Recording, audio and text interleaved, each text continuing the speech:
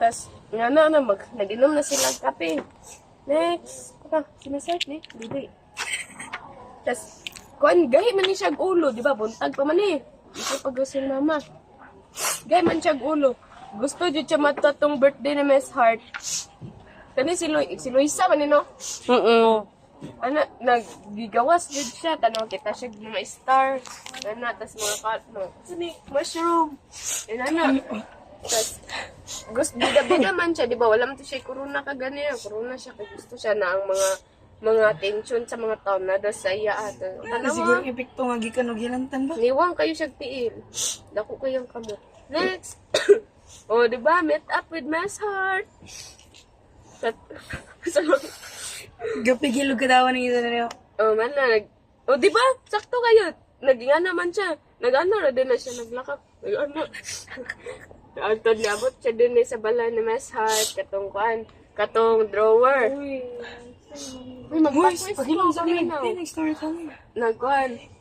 Di ba? Manaman ang birthday ni Miss Heart. Nailisan niya sinina green. Inana. Puta, dako kay mata. Chismosa kayo.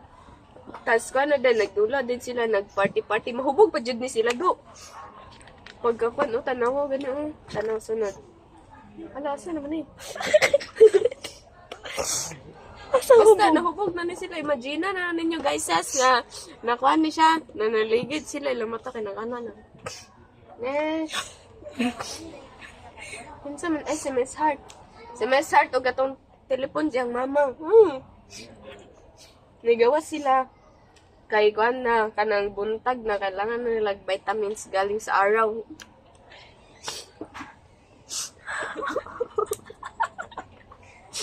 Galing sa araw. Tapos ka na dayo. Araw. Tapos tanaw ganyan. Shit. Tapos ang kan na yun dere. Ang kakon ka na effective jud ang riban ni Miss Heart mga guys. Tanaw straight kayo. Tapos magkuhan na yun, pataban sa buwan. Located din siya sa... pag, di ba, naglaag man sila. Mga game ni sila ulugig na sila mama na ayaw mo paglaag kay mag-ulan, unya. Ano siya? Nawa, pagka next, kita mo na